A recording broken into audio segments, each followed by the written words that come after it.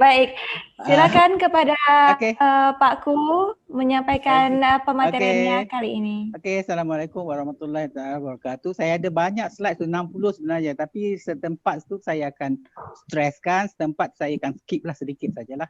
Jadi saya akan gunakan tajuk materi saya adalah trauma healing atau stroke intervention using somatic experiencing, polyvagal theory and brain spotting. Sebenarnya saya belajar somatic experiencing itu melalui YouTube dan juga sebab brain spotting menggunakan somatic experiencing digabungkan juga. Jadi itu adalah credential saya lah.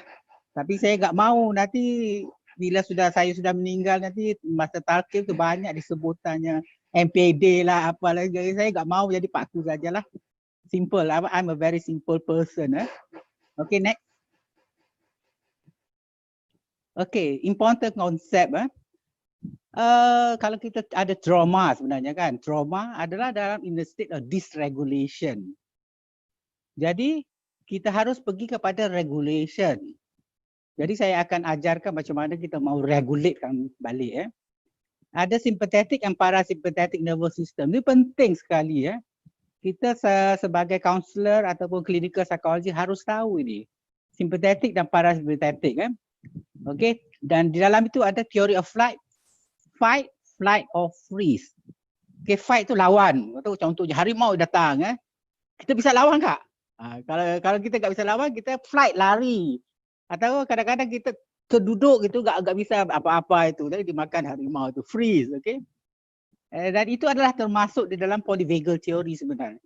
Dan juga toning of the nerve using somatic experiencing. Next. Next slide. Okay. Okay. Okay. Porges, Stephen Porges, kalau ada bukunya, kalau bisa dibaca, reveal that the vagus nerve controlling the autonomic nervous system actually had two active branches, a myelinated vagus branch responsible for parasympathetic. Dia myelinated yang cepat dia punya tu, parasympathetic, dan juga lowering the heart. Okay, kalau myelinated, dia ada unmyelinated which is very slow lah, lahan. Okay, next. Next slide, please.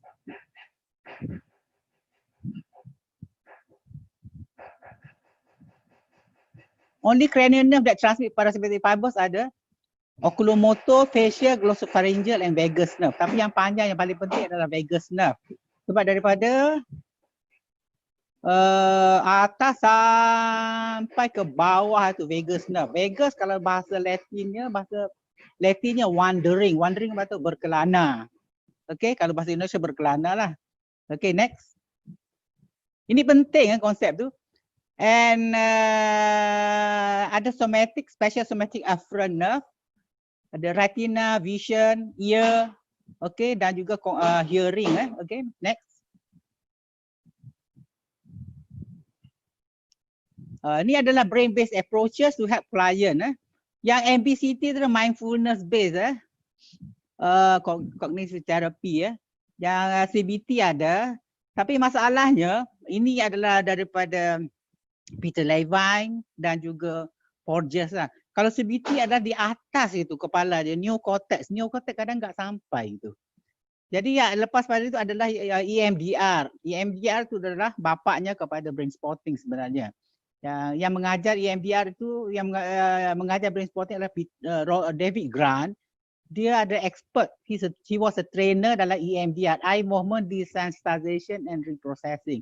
Actually, I'm certified in that. Saya tersertifikasi lah.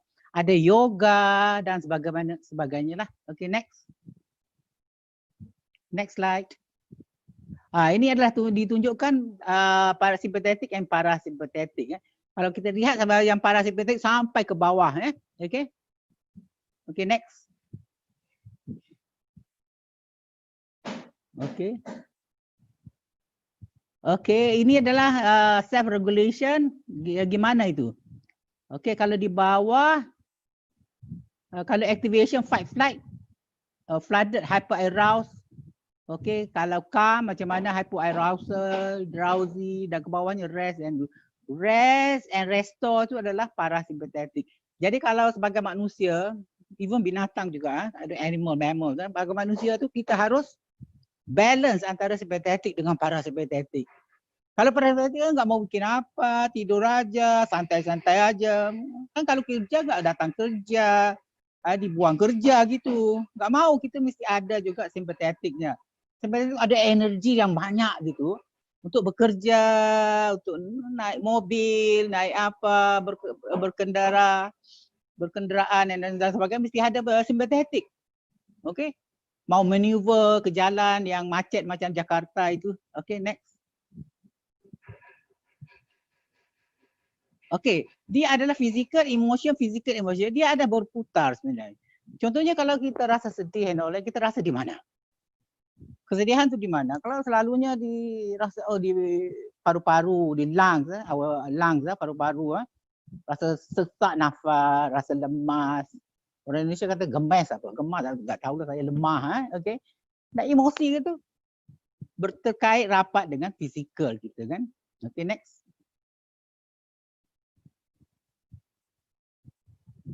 Next, Wulan. Okey. Ini adalah trauma.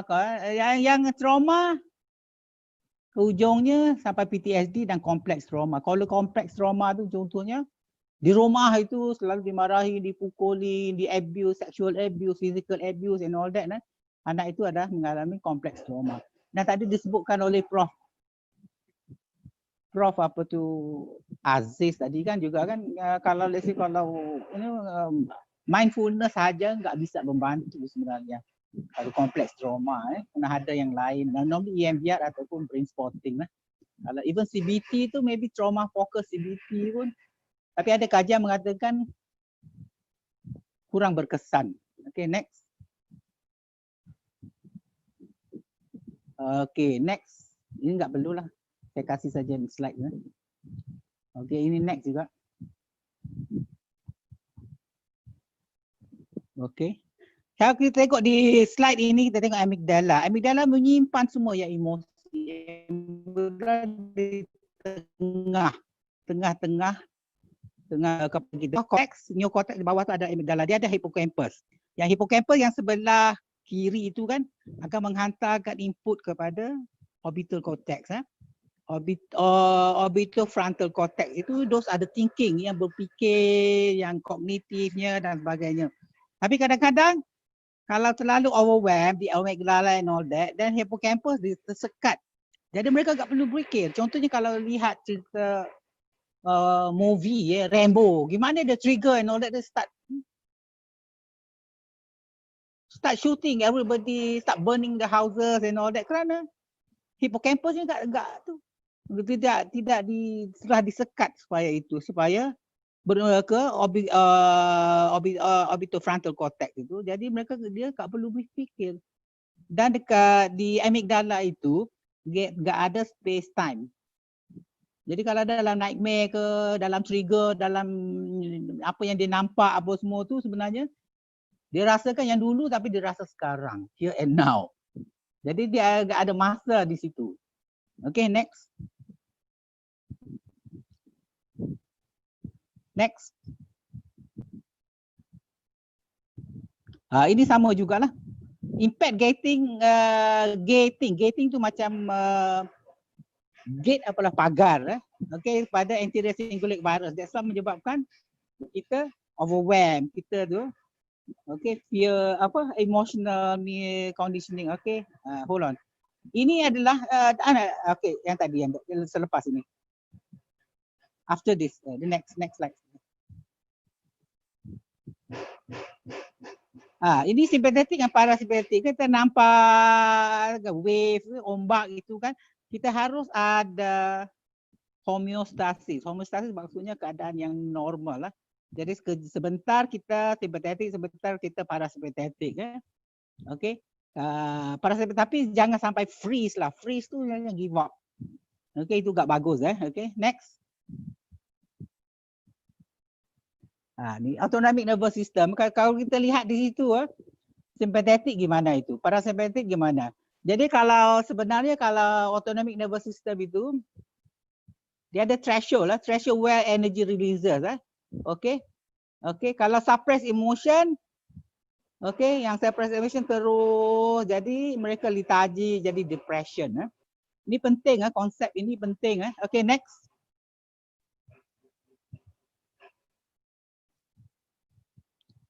Ini adalah parasympatheticus dengan sympatheticus apa? Contohnya kalau sympathetic ke pupil mata kita yang tadi. Next. Next. Yang seterusnya, Pak. Okey. Kan kalau kita simpatetik tu kita punya mata membesar. Okey, lidahnya kering apa semua dan sebagainya lah. Kalau parasimpatetik matanya mengecil, air liurnya, jantungnya berdenyut, jantungnya berkurang. Kalau simpatetik jantungnya kuat sebab mau pam, mau kita lari, mau kita lawan itu. Okey. Bahaya itu. Okey, next.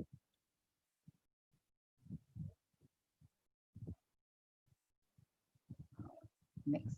Ini kita tengok ni adalah dorsal-vagal freeze. Jadi kalau sampai ke dorsal-vagal freeze ni mereka akan kadang-kadang ada yang dissociation. Itu tak bagus ini. Yang paling atas itu kan dorsal-vagal. Jadi kita harus letakkan dapatkan mereka adalah ini. Di simpatetik, parasimpatetik yang itu yang warna merah itu orange itu dan juga warna hijau. Kalau warna biru itu enggak bagus ya. Next. Okay, in polyvagal, where am I? Why am I here? What put me here? How to stay ventral parts of the vagal nerve. Ventral parts adalah in the parasympathetic lah. Sympathetic and parasympathetic sebenarnya. Okay, next.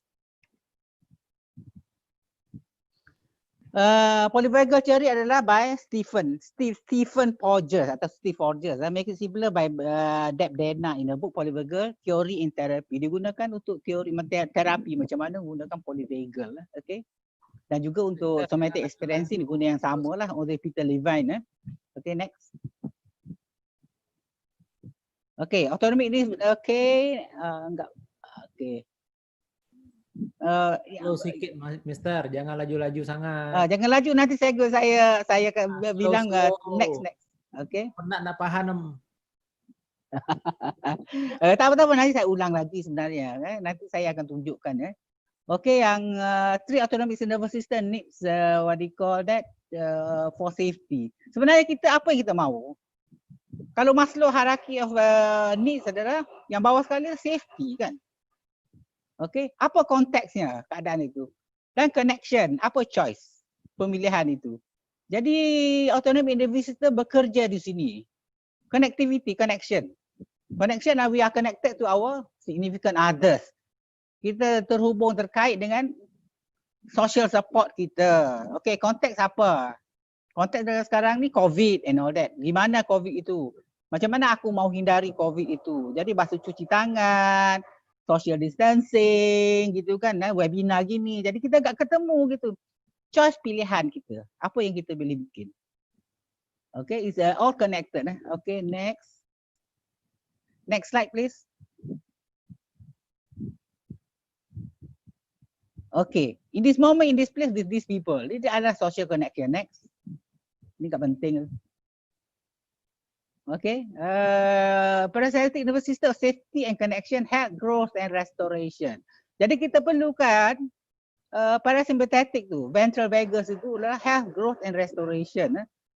Sympathetic nervous system, system mobilization, protection through action. Apa kita nak buat? Dan yang bawah sekali parasympathetic nervous system adalah dorsal vagus. Yang freeze, immobilization itu protection from through disappearing. Kita lari. Kadang-kadang kalau tengok ada yang vasovagal syncope contohnya kan. Orang berdiri lama apa sebab dengan trauma dengan dimarahi dengan apa dengan pengsan. Itu adalah satu protection badan kita untuk menghindari. Jadi once kita dah pengsan tu, kadang-kadang darah kurang. Jadi once kita pengsan, darah mengalir ke jantung, ke kepala. Jadi lalunya mereka akan tersadar sendirinya gitu kan. Itu adalah body mechanism parasympathetic, dorsal vagus for our protection, untuk protection diri kita. Okay, untuk mama lah. Okay, next. Okay, dan juga satu konsep neuroception. Neuroception. Contohnya, kamu lihat gambar itu. Bunga cinta lestari contohnya. Okay, gimana rasanya?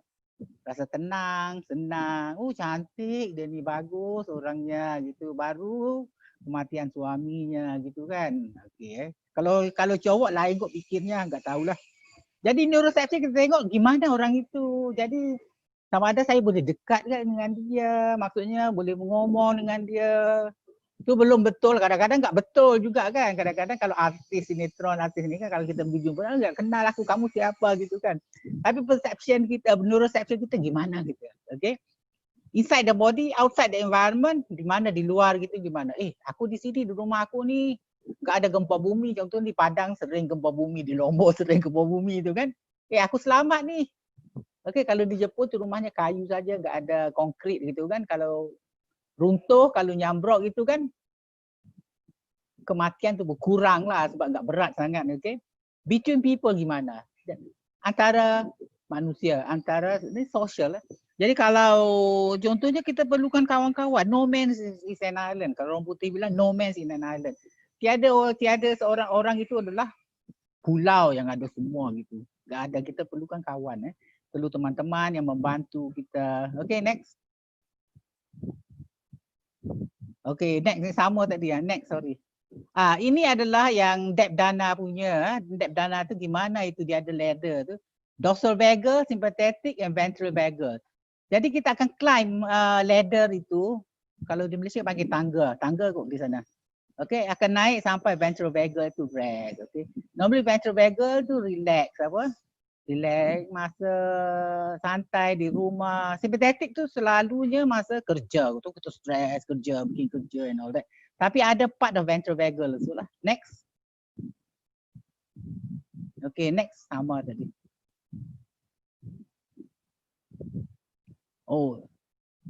Ya, this one salah ni. Okay, never mind. Next. Enggak usah ni.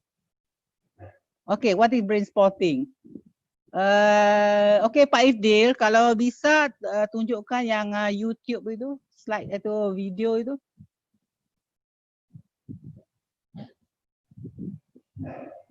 Wait. Okay, sure. Sebab nanti kalau cerita kan banyak juga, enggak maulah. Nanti tunjukkan yang daripada yang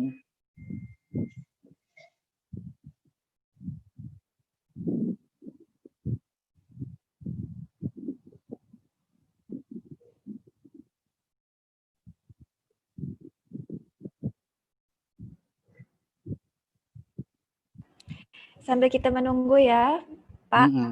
Ya. Sambil kita menunggu daripada Enggak apa-apa. Pak Ifdil. So tadi nanti kita akan tadi itu baru permulaan ya, baru permulaan. Nanti saya akan tunjukkan gimana gitu. Jadi saya brain spotting. Somatic experience dengan brain spotting lah. Tapi brain spotting ni macam Prof Milfa tadilah. Jadi saya bukan trainer tau. Jadi saya enggak bisa tunjukkan semua. Jadi menjadi salah itu. Okay. Copyright salah. Kalau biasalah boleh kan, enggak mau orang Asia digunakan gitu kan. Jadi saya tunjukkan sedikit-sedikit sajalah. Jadi saya gunakan yang somatic experiencing together, bercampur dengan brain spotting tu supaya faham lah. Okay, jadi more lebih pada experiential learning lah. Jadi the moment counselor habis ini mereka bisa pakai gitu untuk terapi gitulah. Untuk terapi macam mana gunakan.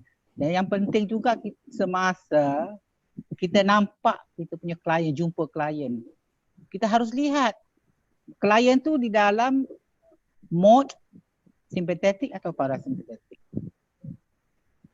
Atau dalam yang dorsal vagal itu, dissociation, tak tahu gimana. Jadi kita harus tanya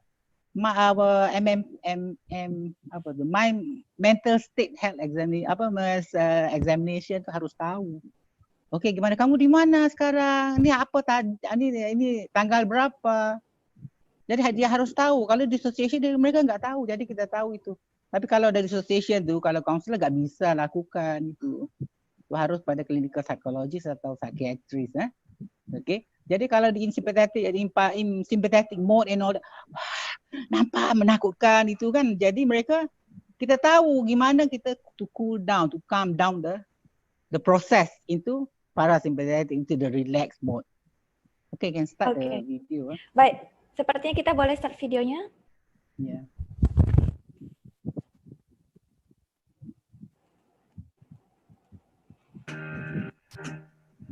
The brain spot is a point in visual space that a client has a strong reaction to. What David Grand discovered was that where you look actually affects how you feel. And so if someone was coming into my office and they were upset about something, for example, I'm breaking up with my boyfriend and I'm really upset and really scared, I might say to them, you're upset and scared. What are you noticing in your body as you think about that? And they say, I feel terrible in my chest. My chest is really tight. It's the brain activity, especially in the deeper brain, the subcortical brain, that kind of organizes itself around that eye position. I would go across their field of vision from point to point and ask them to notice as we stop here, as we stop here, as we stop here. Does it feel worse? And usually people can say, oh, it's much worse over here. And it's much worse over here. And also sometimes I'm often looking for things that their body tells me also. It depends on where you look. It's going to activate an aspect of either the trauma or the creativity you're trying to tap into. David will hold the pointer and you're asked to follow the pointer. And whether it is, again, you're dealing with something that you feel like is holding you back, once you follow the pointer, at one point, your body just tells you where you should be looking. And it tends to be focused. And the nature of a brain spot as something that on the outside and the inside we focus around helps the therapy and the process to be more focused and more effective.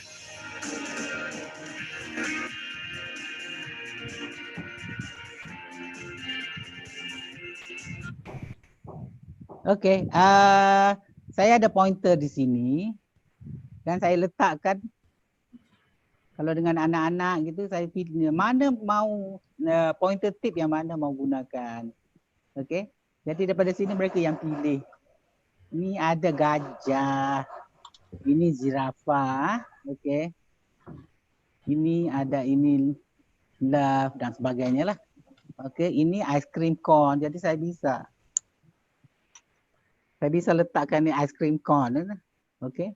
Ice cream cone untuk anak-anak gitu kan, okay, digunakan ini. Jadi brain spotting ini digunakan tapi anaknya harus dah pintar lah, 3 tahun, 4 tahun lah. Kalau yang kecil, terlalu kecil tak bisa. Okay. Kalau mungkin kalau kecil lagi play therapy itu bisa untuk anak-anak ya. Okay. Okay, dan juga untuk kita ada ini kan, jadi ada ni pointer, ada bilateral sound dekat YouTube ada sebenarnya kan. Dan kita ada ini, kalau untuk brain spotting kita pakai ini, jadi kita tutup matanya, kita tengok satu mata ni gimana, tengok yang pointer tu gimana, lepas tu kita tutup yang ini. Normally kita kalau kita mau kurangkan stres, gunakan overwhelm. Kadang-kadang kalau klien tu overwhelm dia akan menjerit-jerit, menangis dengan itu kan macam orang sawan gitu kan, macam orang epilepsi gitu, kita enggak mau itu kan. Jadi kita we go to the lower itulah, to the less stressful punya tu. Jadi kalau lihat tadi kan David Grant tu gunakan ini adalah the level, eye level, atas, ni, tengah, bawah gitu. Jadi klien yang tahu. The best thing about brain spotting is that klien kita enggak perlu tahu apa masalah klien. We don't need to know what is the problem of the client. Okay, kalau klien mau ngomong ya bagus. Kalau enggak mau enggak apa-apa. Okay. We go next to the slides.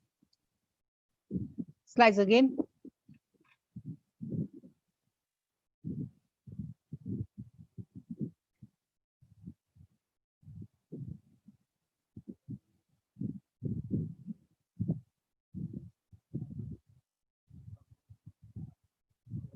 Next lagi. Dah harus cepat nanti so, tadi sudah yang video tu. Next. Ini adalah bukunya. Okey, ni yang tadilah video tadi. Okey, next. Ini ada buku daripada David Grant. Okay, dia ni cerita how it started. Dr. David Grant, EMDR expert from New York. He combined EMDR dan somatic experiencing to come up with the brain spotting 2003, 2004. And it started with Karen and ice skater. Di mana Karen itu? Karen itu adalah Olympic punya, US punya ice skater. Okay. Jadi sampai satu masa dia triple loop. Triple loop tu gimana? Saya nggak tahu lah, baru saya bukan ice skater kan. Dulunya sering dapat, tapi sampai satu masa dia tak dapat. Dia jumpa dia. Jadi dia guna EMDR tapi slow EMDR. Jadi mata dia wobble. Dia wobble macam bergerak-gerak di situ. Okay. Jadi daripada situ David Grant gunakan EMDR tapi static. Letak pointer tadi kepada tempat itu saja. Okay. Okay, trauma semua yang tu dia akan keluarkan, semua ceritakan. Jadi dia proses satu trauma itu. Okay, next. Okay. Kalau beza talk therapy kalau kita cara biasa, only the cognitive areas of the brain, cognitive framing atau maybe behavior therapy itu guna cognition, guna neocortex atau frontal cortex. Trauma is deposited deep down in the subcortex, endocortex and not accessible through talk therapy. Kadang-kadang nggak bisa itu. Okay, tapi trauma fokus mungkin bisa. Saya nggak tahu itu. Saya nggak belajar itu. Jadi saya nggak mau komen. Tapi yang so far EMDR ataupun inilah brain spotting. Next slide. Okay, ini nggak usah. Next.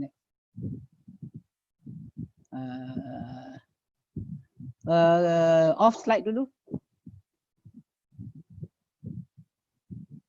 Okay. Kalau tadi gambar otak kita kan, kalau kita tengok gambar otak kita kan, ini adalah brainstem kita. Ini Dan Siegel punya model, hand model untuk brain. Ini brainstem kita. Apa di brainstem ini adalah respiratory heart rate, apa semua adalah di brainstem.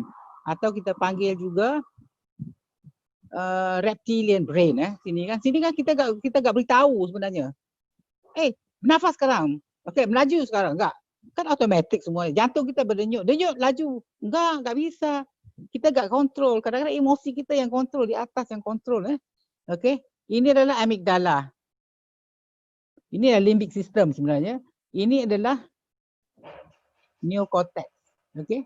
Jadi kalau amigdala ini ke sana adalah melalui hippocampus ke atas ini. Kalau ikut Dan Siegel apa semua gimana itu? Okey. Kalau sini adalah trauma di sini kan, traumatic di sini. Okey. Jadi hippocampus tu langsung capek, enggak mau.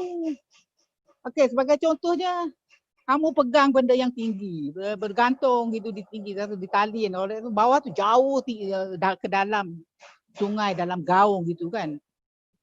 Pegang sebentar bisa, tapi lama-lama lepas kamu jatuh, mati kamu gitu kan. Sama juga gitu. Okey. Jadi di sini kita kalau brain spotting kita dengan somatic experiencing kita kontrol di sini. Kita bantu di sini, bukan di sini. Jadi bantu di sini, kalau unconscious tu di sini jadi bawa kepada conscious, jadi baru neocortex atau depan prefrontal cortex tempat cognition itu dapat bekerja. Okey.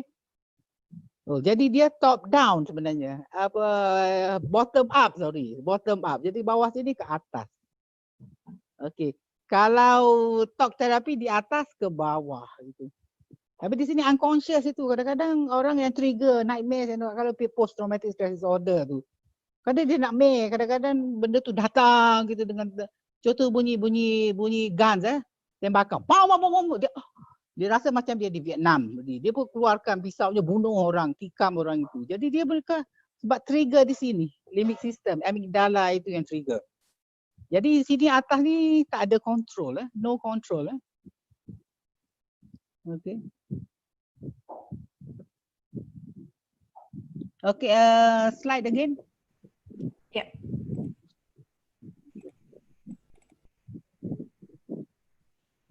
Next.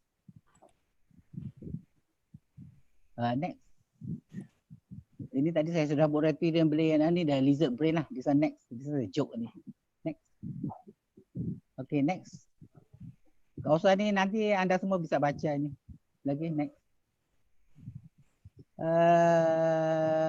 Okay, hold on. Brain spot is the eye position which is related to the analytic emotional activation of traumatic emotionally charged issue within the brain, most likely the amygdala, the hippocampus or the orbitofrontal cortex, the limbic system.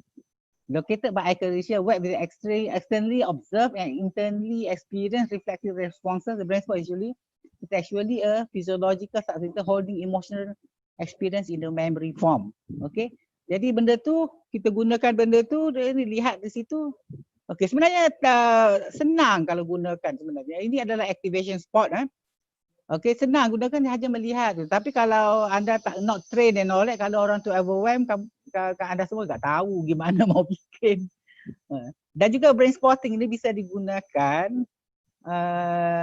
melalui Zoom, melalui Skype juga. Treatment melalui Skype.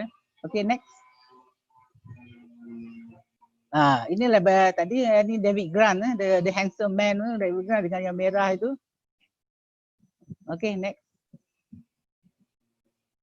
Dan konsep dual attunement. Dia dual attunement adalah ni penting. Dual attunement kalau kita dengan klien talk therapy, contohnya kamu lihat kamu dengan klien jumpa klien, you have to look at the client, isn't it? You have to be attuned to the client. Attitude itu kan maksudnya keberadaan bersama dengan klien. Itu penting kan. Ni kalau orang klien mau ngomong, kita lihat dia tengok jam, tengok itu, tengok ini. Klien gimana rasanya? Klien tak mau dengan kamu, next time dia tak mau dengan kami. So tersebar seluruh Jakarta kata, oh itu counselor itu tak bagus itu. Dia tak layan aku dengan sempurnanya, tak aman itu counselor itu. So dual attunement adalah basic concept of counseling. Next.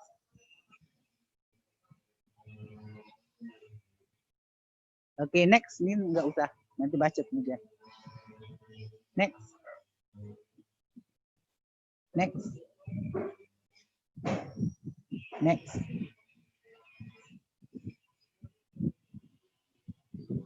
Okay, brain spotting provide a neurobiological tool for assessing, diagnosing and treating a wide range of somatic and emotionally based condition. Kita gunakan banyak ni. Even untuk artis, untuk pelakon, pelakon aktris, aktor semua digunakan. David Grant buat treatment untuk mereka juga. Dan untuk fobia, untuk trauma tu biasalah. Nanti untuk stress, even normal stress. Kalau mengikut Peter Levine, dia ada big T and small T. Kalau small T tu dah stress yang biasa-biasa, dimarahi isteri, dimarahi suami. Gitu, itu adalah small T. Kalau yang big T adalah dirampok, tengah jalan, dipukul, ditembak, okay. Dan sebagainya adalah big T atau earthquake, tsunami itu big T lah. Okay, treatmentnya hampir sama tapi selalu kalau big T itu T sana panggil. T yang besar itu perlu lama sedikit lah. Okay, next. Inilah who can benefit. All form of trauma, anxiety, attention issues, anger issues, phobia, substance abuse, chronic fatigue and chronic pain, impulse control, sports and performance issues. Jadi digunakan banyak ni, okay, untuk ini semua. Dan ada research sebenarnya, research tentang brain spotting ini. Kalau yang sports itu Santiago Brand daripada South America melakukan banyak research tentang performance issue, sports issue menggunakan brain spotting. Dan untuk anak-anak, Monica Bauman daripada Slovenia. Dia expert dalam anak-anak. Okay, next. Okay, kita Off this one kita gunakan, saya akan tunjukkan macam mana gaze spotting itu. Off the slide. Off the slide. Ini kemudian grounding teknik saya akan tunjukkan kemudian. Ini off dulu. Okey.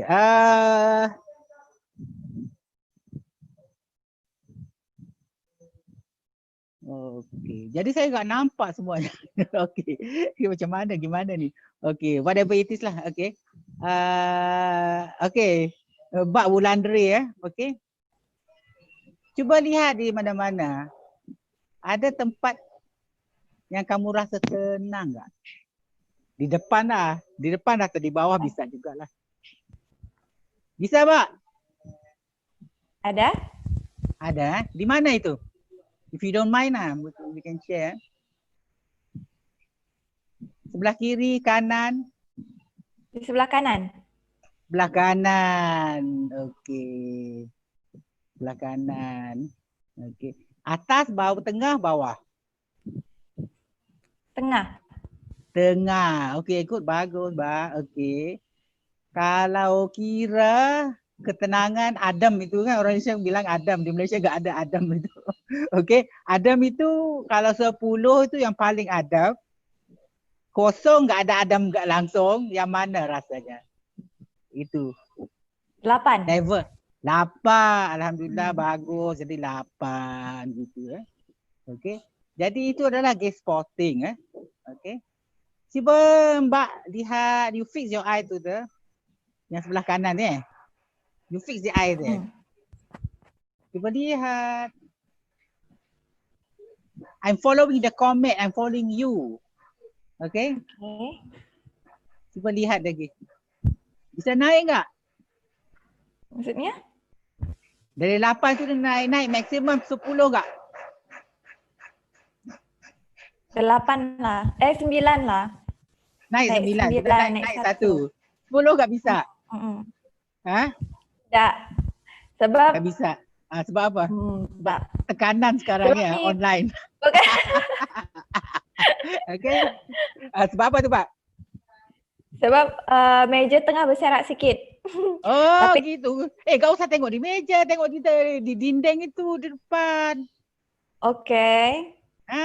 Yang 8, 9 Oh, di mana? jadi gaze tu maksudnya kita alihkan pandangan kita Ke satu tempat sebelah kanan itu, tengah itu kan. Jadi cuba lihat itu pandangan itu. Start daripada 8 balik.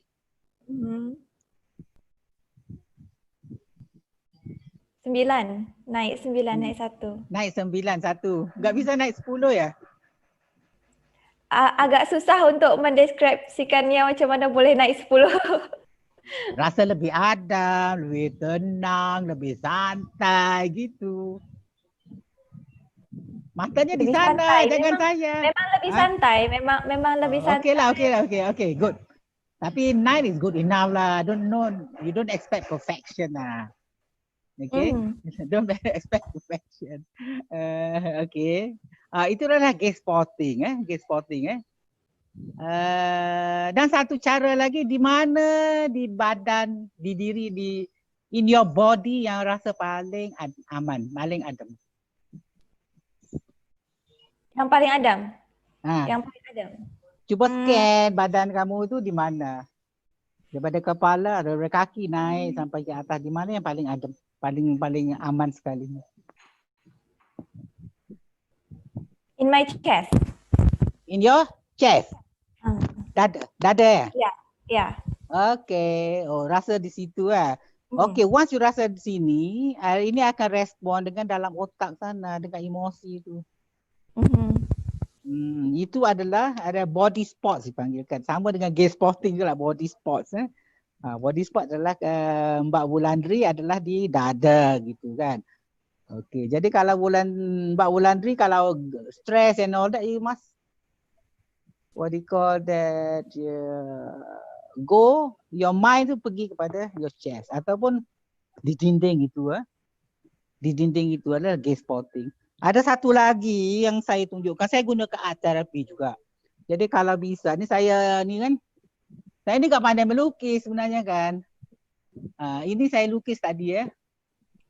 Jadi saya tulis ni selesa, nyaman, santai, apa semua. Happy. Dilukis itu.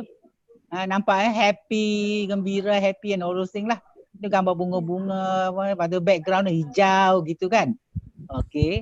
Jadi saya ambil benda ini.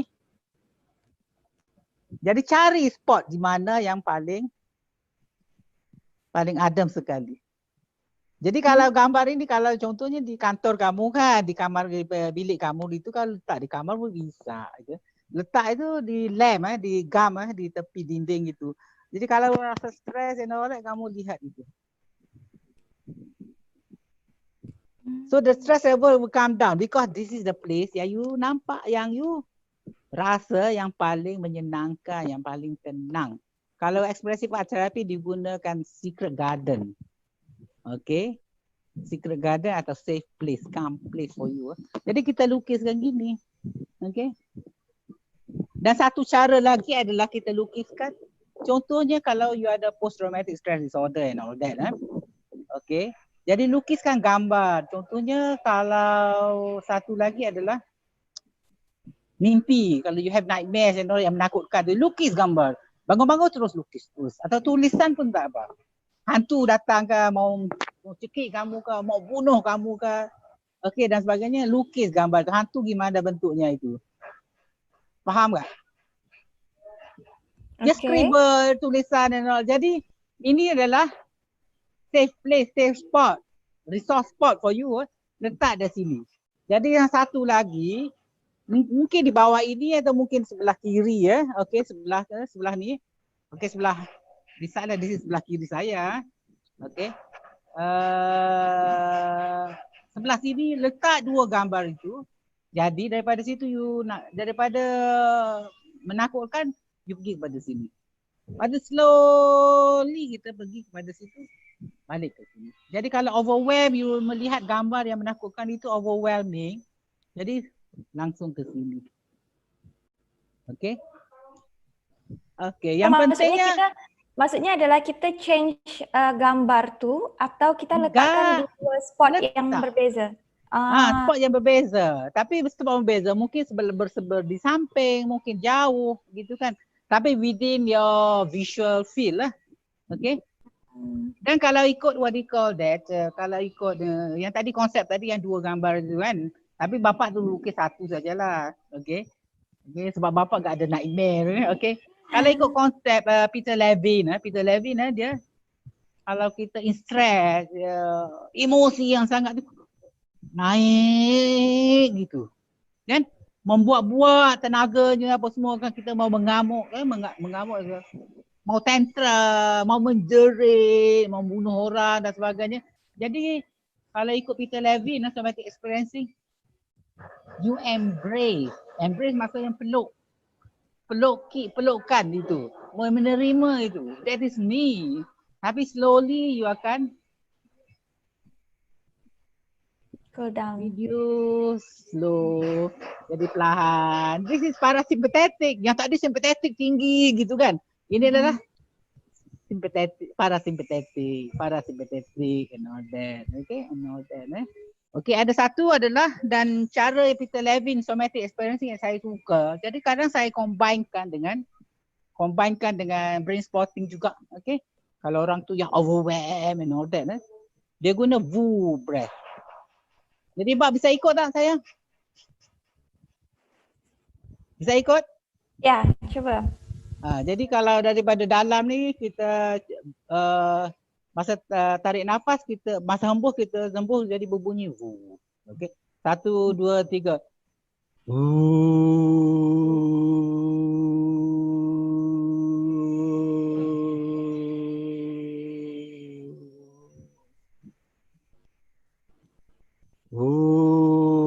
Mbak ikutlah, tak ikut diam je. Bikin tak? Ikut. Ikut. Okay. Mungkin Bapak Ibu di rumah juga bisa ikut sekalian ya.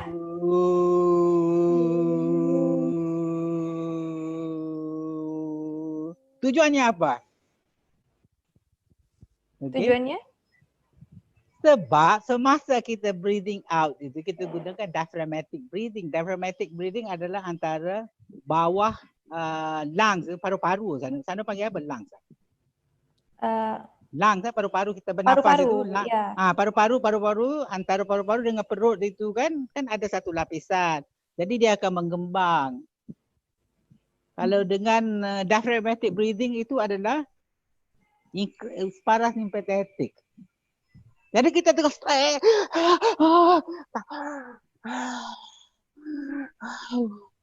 jadi kita bernafas. Tapi kalau dengan full breathing, jadi kita panjangkan masa exhale, masa keluar.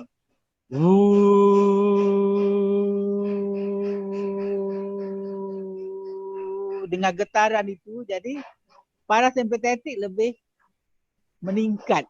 Jadi you akan relax, stress, okay? Adakah itu salah satu bentuk kita untuk, maksudnya salah satu cara untuk membantu kita menyadari bahwa kita sedang bernafas. Jadi kita sadar bahwa kita sedang dalam proses menenangkan diri. We go back here now. Sekarang, okay, dan juga in parasympathetic will be relax, santai. Rest and recuperate and digest. Okay?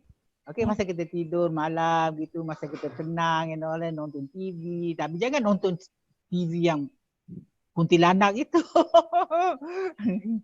Movie yang cinta-cinta gitu. Yang enggak bikin kamu nangis gitu, Mbak, gitu kan. Faham ya?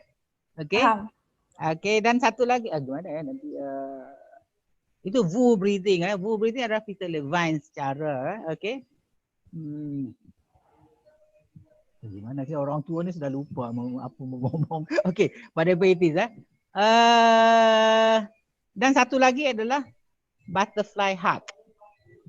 Mbak bisa sambil duduk juga bisa ya. Sambil duduk juga bisa. Jadi tangan gini. Mbak. Ini gitu. Jadi kita guna alternating. Kita start tapping. Ini adalah EMDR, Eye Movement Desensitization punya butterfly hug. Kalau people are aware and all that. Ini saya gunakan semasa saya di Lombok dengan anak-anak, dengan orang tua, saya gunakan ini. For them to calm down, untuk santai, untuk relax, rasa adam and all that. Okay. Ini ada di YouTube, bisa belajar di YouTube sebenarnya kan. Okay, satu lagi adalah Havening Method. Okay, Havening Method. Kalau Peter Levine tepuk semua gitu. Okay. Apa-apalah ada di YouTube sebenarnya. Okay. Okay, satu cara. Okay, untuk anak nanti then I go back to the question. Untuk anak kan saya gunakan normally kalau anak yang ngomong yang 4-5 tahun and all that, kadang apa dia ngomong kita tak berapa faham.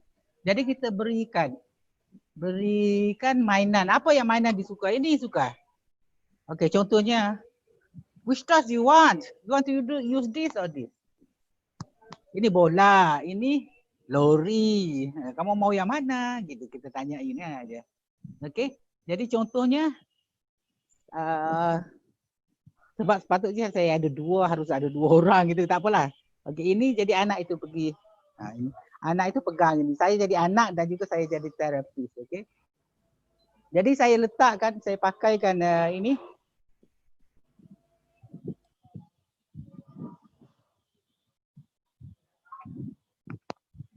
Ini pegang ini. Okay. Okay, jadi ini kan depan ya gitu kan. Okay, anak itu yang pilih juga ini. Ini okay, di jirafah itu. Lori. Jadi kita tanya, Lori. Kamu suka lihat jirafah tak? Kamu suka lihat jirafah itu tak? Okey. Jadi kalau jirafah itu di sini, kamu rasa gimana? Kamu lagi suka ini atau ini? Okey. Jadi jirafah dia dilihat. Jadi okey. Oh, saya Pak, okey Pak atau apa? Okey, Tuan, saya suka ini, saya suka di sini, di atas sedikit. Di atas sedikit. Okey. Oh, lori tengok Lori lihat itu Lihatlah terus, lihat itu zirafah itu. Lihat terus, lihat terus, lihat terus. Jadi kalau anak-anak tuh nggak bisa lah sampai 10 menit gitu kan. 1, 2, 5 menit pun sudah bagus itu. Lihat, lihat, oh, lihat, gitu. Lihat, lihat, gitu. Nah, ini saya gunakan untuk anak yang 10 tahun masa di Lombok itu gak mau sekolah, takut ke sekolah. Post traumatic stress disorder, satu sesi saya buat setengah jam, 30 minit saja sudah hilang. Saya jumpa ibunya, bapak bagus. Anak saya sudah mau ke sekolah lagi, sudah happy, sudah rasa santai, sudah relax, suka ke sekolah. Dulu tu gitu, sebab ada rumahnya nyambrok gitu kan. Earthquake itu sudah hilang gitu. Dia tak mau lagi. Jadi selepas bapak terapi itu sudah bagus. Okay. Okay. Okay, and then next. Yeah. Okay. Hey, Wulandri, kamu you are still there? Yeah, of course. Tapi saya Gak nampak. tak boleh buka videonya nih. Sekejap. Gak apa-apa, gak apa-apa. Tapi kamu lihat dapat lihat. Okay. Ya, dapat lihat. Okay. Pak Fu, ya. sepertinya masa kita tinggal 5 menit lagi. Gak apa-apa, last saya bagi. Untuk anak-anak ni, penting untuk anak-anak ni. Kalau orang tua kan senang. Okay. Okay. Untuk anak-anak, untuk breathing exercise, gimana kalau anak-anak kalau diajar nggak mau, dia nggak tahu. Dia kalau anak yang 2 tahun, 3 tahun. Okay. Ini adalah getah, karet dah sana panggil. Ini karet dah. Okay, karet. Okay. Tarik nak. Okay. Tarik, ini tarik nafas, you breathe in. Breathe out. Breathe in. 4, 1, 2, 3, 4. Jadi anak yang pegang ini, jadi dia tahu breathe in, kembang paru-parunya, perutnya kembang, diaphragmnya kembang. Okay, slowly, pelan-pelan kita hembus keluar gitu. Itu dengan anak-anak ya. Baik. Okay, then we go to, sudah mau habis ya, cepat aku. Kalau ngomong 1 hari nggak tahu. Okay, we go to the question, Pak. Ini ada satu pertanyaan Pak dari Ibu Nurfianti. Beliau menanyakan adakah macam mana caranya untuk dipraktekkan terapi ini kepada orang yang trauma karena korban bullying? Korban bullying dia mangsa bully, betul. Mangsa bully ya. Adakah ini boleh Boleh. Kenapa nggak boleh? Ramai teman-teman aku di Jakarta itu, di Indonesia itu ada expert itu. Jadi bisa bikin online sebenarnya, tapi yang pintar, yang mengajar, yang bisa, yang ramai itu pintar semuanya. Mbak Ine Indriani. Jadi boleh bisa kontak brainspotting.id Indonesia. Saya pun belajar di sana sebenarnya, tapi boleh yang datang ajar daripada Belanda datang. Brainspotting.id Indonesia. Dapat tu. Macam mana caranya untuk brand spotting atau melakukan terapi ini dalam bisa gunakan online. Bisa guna online. Jadi siapa yang menanyain soalan itu bisa kontak itu. Bisa kontak apa yang Ine Indriani itu ataupun Aditya, suaminya itu, dua-dua tu pintar itu. Ada juga yang lain lah kalau dia tak bisa, kalau bisa online, tapi kalau dekat rumahnya gitu kan, bisa datang ke pusat terapi. Banyak kita di Indonesia sudah ramai gitu di Indonesia. Saya di Malaysia 2 orang saya dengan 1 orang Cina tapi orang Belanda. Jadi kalau bisa jumpa 4 mata lagi bagus lah sebenarnya. Kalau online tu kadang-kadang ada kekurangannya sedikit lah. Jadi bisa kontak sajalah. Brainspotting.id ya. Ataupun nanti Mbak Wulandri, nanti saya bisa kasih dia punya WA. Boleh. WA. Boleh. WA. Kalau di Malaysia WA. Okay, next. Ada lagi soalannya? Any more question? Another question di sini, adakah brand spotting atau teknik ini boleh untuk mengkonseling diri sendiri? Sebenarnya I don't know how effective it is. Tapi kalau dekat di YouTube tu ada sebenarnya how to do self brain spotting. Tapi how deep can you go? Ke dalam mana kamu punya jiwa raga, kau punya emosi daripada amygdala itu limbic system tu. Tapi saya nggak tahu. Nggak tahu. Tapi bisa sebenarnya kan. Okay. Baik. Bisa dicuba kan. Kalau kamu sebagai counselor bisa belajar daripada situ. Just that gitulah, kalau kamu nggak train tu takut dia overwhelm gitu kan, kamu nggak tahu gimana mau bikin.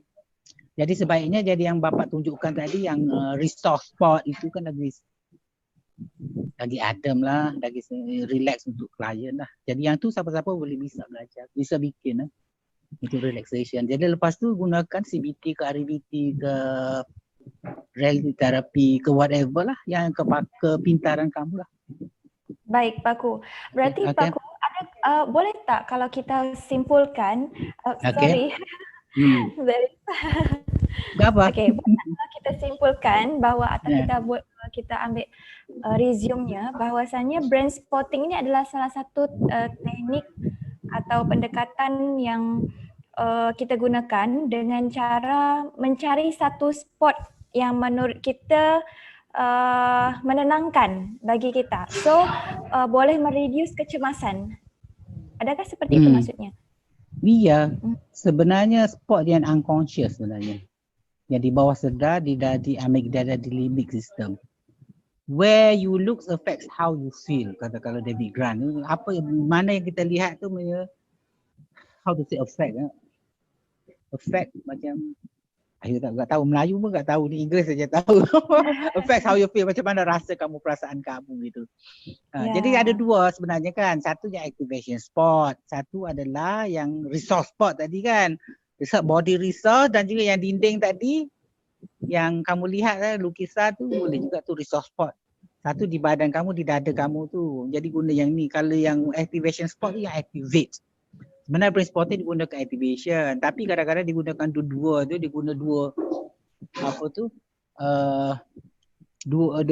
dua pointer ini tahu, satu activation spot, satu resource spot. Okay, jadi dua pointer gitu.